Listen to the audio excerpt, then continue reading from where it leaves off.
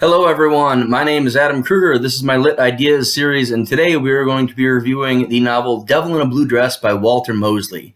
It is the first Ezekiel Rollins mystery, originally published in 1990. There was later a pretty great film based on it by the same title, starring Denzel Washington and Don Cheadle, which came out in 95. The real shame about that story is, had it succeeded, they would have done a series with it, which would have been amazing, because Denzel Washington as Ezekiel Rollins it's the stuff Hollywood is made for. I mean, it's absolutely incredible. The book, I would say, is probably better than the film, but that's almost always the case. There's a few rare exceptions, but anyways, it's a real shame because there's actually 14 of these, and Devil in a Blue Dress is a really perfect way to start, especially because if you saw my Charcoal Joe review, one of the things that can be tricky about this series later on is there's so many characters with all callbacks to previous books, and unless you've been keeping up, it can be a bit much. However, in Devil in a Blue Dress being the first one, that's not the issue here. So the review. It's really a fantastic book. I mean, it's not the kind of thing that's going to change the world or anything, but it's really fun. It's well written. It's atmospheric. It's sexy. It's dark. The style is perfect for the noir detective fiction genre of which it takes place in the sense that the prose it's gorgeous, but he's not overcooking it. The author, Walter Mosley, he knows where to flare it up, when to draw it back. He's great with atmosphere. He's great developing these really three-dimensional, interesting, flawed characters, although actually that's can be a fault later, and we'll get back to that. The dialogue is very terse. It's very snappy. It's very tense. There's some great action scenes in it, and he does action really, really well. There's some great sex scenes in it. Well, one in particular in this book, and from all the Easy Rollins books that I've read, there's always at least one sex scene in it, and he does a really steamy, great job at writing those as well. Everything is pretty great. I mean, the only criticism, I guess, in that sense is, it's not the deepest book in the world, but it's not supposed to. It is a very smart, well thought out mystery, but what distinguishes this from other mysteries, even though it's modeled after prototypes from earlier noir works like from Chandler, and the Detective Easy Rollins is even somewhat of an archetype of the Philip Marlowe type from earlier detective novels. First of all, it's set in the black community in the black world, and Easy Rollins, Ezekiel Rollins, he's a black guy. Pretty much every one of the main characters is, with a few exceptions. But it's important because this first one takes place in 1948, and the series spans throughout the 60s, which is pretty great because it grows with the author himself. But throughout it, you really get to explore really interesting themes of racism, racial inequality, and prejudice that are laced throughout. And the author does a really, really great and nuanced job about dealing with these things. And that's probably one of the things that makes Ezekiel Rollins so great as a character, apart from the fact that he's a tough guy, he's smart, he's sexy, he's cool. He always is trying to be one step ahead of everyone, and for the most part, he succeeds. But beyond that, you get his inner monologue because the book is that of first person. And through it, you're able to see the prism of a black man experiencing racism to varying degrees from his firsthand experience, which is really, really interesting. But one of the great things about it, too, is Walter Mosley doesn't exactly beat you over the head with it. It shows up in spurts. He deals with it. He deals with it in very succinct and very clear and very poetic language. And it's a really wonderful experience, especially if you're looking to learn more about that, about what was racism like in these eras, and how did people have to deal with that. And it ranges from everything from coming across clearly very overt racists who want to do harm to some of these characters simply for the fact that they're black. And it deals with far more subtle, nuanced forms of racism, soft bigotry of low expectations, the fact that some people are just clearly don't see Rollins as quite being on par with everyone else. They see him as an other. He explores these ideas really well. He explores the issues of people not caring about his race, but also mixed in with not caring about his humanity. And that's more tied to class issues. But ultimately, these themes are sparkled throughout it. The real meat and potatoes of this thing is the fact that it's a really great detective story.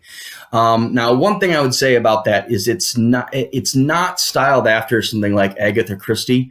So if you're a real big fan of trying to figure out the mystery and the whodunit before the great reveal in what is typically the third and final act, you might be a little disappointed in this because he doesn't operate that way. He operates far more in the classic film noir sense of the way things are structured and the way which exposition and clues are laid out throughout the novel's plot. Typically, there's he finds some sort of clue, some sort of evidence, which leads him to go on to something else, which leads another reveal, which leads to a chase, a fight. A really intense conversation with an interesting character, and then it's more or less rinse, lather, repeat throughout that. There's somewhat of a cycle of those things that go throughout, but he's not trying to drop enough hints or clues throughout it that you can really get a good guess as to the greater mystery of it all. I mean, there's some small elements of that, but more or less you figure everything out while Easy is figuring these things out and while it's leading him from point A to B all the way to the end of the mystery. But there's a million great twists and turns throughout it. It's paced phenomenally well, in my opinion. He knows when to have the exposition dumps that he needs to. He knows when to throw in sex scenes. He knows when to throw in love interest. He knows when to throw in danger. He knows when to ramp up the tension. He knows when to turn it down. So the whole thing is really wonderful. If you're looking for a really fun detective mystery, this is a really great place to start. Walter Mosley is a fantastic author. I've read, 5, 6 roughly of his books. Including a few that weren't Ezekiel Rollins mysteries, and they're all really great. He pumps them out very quickly. He's remarkably prolific. He's done several other things besides just the Easy Rollins stuff. But that's mostly what I know him from, and he really shines in these kinds of things. So if you like detective fiction, if you like learning about the history of race and race relations and racism, especially in different eras past, this really offers you a great glimpse into that world. And again, like I said, it does so without beating you over the head with it. And I'm not going to give too many spoils away to the plot, but as I've mentioned, it runs very smoothly. It's paced very, very well. It comes across as all being very organic, which is a remarkable skill set, I think, that comes across in here, because it's very clear that he had everything plotted out from the beginning, more or less, at least the beginning of his final draft. I'm not exactly sure of Mosley's writing process, but the whole thing works stunningly well. Beyond that, we're going to get to the characters, because that's some of the greatest strengths of this novel, and it's my one kind of almost criticism that I have towards it as well. Anyways, the novel is filled with a bunch of twisted, sick, broken individuals, many of which happen to be sociopaths, many of which are racists. You really dig deep into the underbelly of American culture and see one of the things that makes it tick, which makes it gross, which makes it interesting, which makes it troubling, and also what makes it beautiful in the sense that you're able to come out through the other end of this with the help of so many wonderful people, largely from the Black community, which is pretty cool too. But I would have to say that the coolest character in these series is a guy named Raymond Mouse Alexander, who's more commonly referred to as just Mouse. Don Cheadle played him in the film. And he's a small, wiry guy. He's a bundle of contradictions. He's sweet. He's sweet as pie to his friends and the people he cares about, but he's also a sociopath. He's also a cold-blooded killer. He's wildly smart and clever, but at the same time, he's illiterate, which in the 1940s, for a Black man, roughly the age of 30 plus, which is roughly where Mouse falls into. Easy Rollins is around 27 in this, about the same age. I think it might be implied that Mouse might be a little bit older. But he's so fascinating, and he's funny. and he's likable and he's grotesque, all in the span of just a few scenes. So you're really going back and forth. But whenever he is taking center stage, he completely enwraps your attention. He completely steals the show. It becomes his thing. He only shows up for a few chapters in this. Most of it centers around Easy, who's not an interesting of a character, but he is more likable because it is kind of hard to root for Mouse in some sense. But it's one of those great gray areas in which authors play into, in which, you know, these characters, which are kind of grotesque in ways, because like I said, Mouse is a cold-blooded killer, you're at the same time kind of rooting for him. And the fact that he's on Easy's side makes it all the simpler. But anyways, there's, well, before I get to Easy, there's a great... I'm blanking on the term for a second. You shouldn't do this. But there's a great inverse of Mouse's character, which is one of the main antagonists of the book. And his name is DeWitt Albright. Foil. There we go. Duh. Okay. Anyways, he's a great foil for Mouse.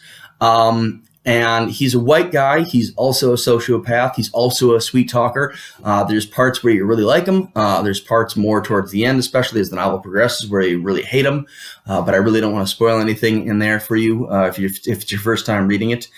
But he's a wonderful antagonist. He's not the main bad guy of the film, but he's one of the guys working for the big boss, if you will, who is... He's a really interesting character. In some regards, you feel bad for him. In some regards, he feels inhuman. The name's Carter for him.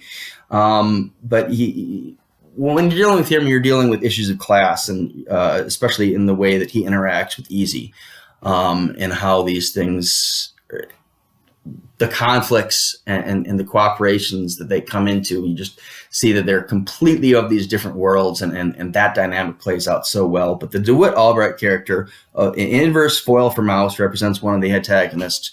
So chilling, so cool, and so fun. I mean, like, again, that's one of the biggest themes for these, is this is a really fun read.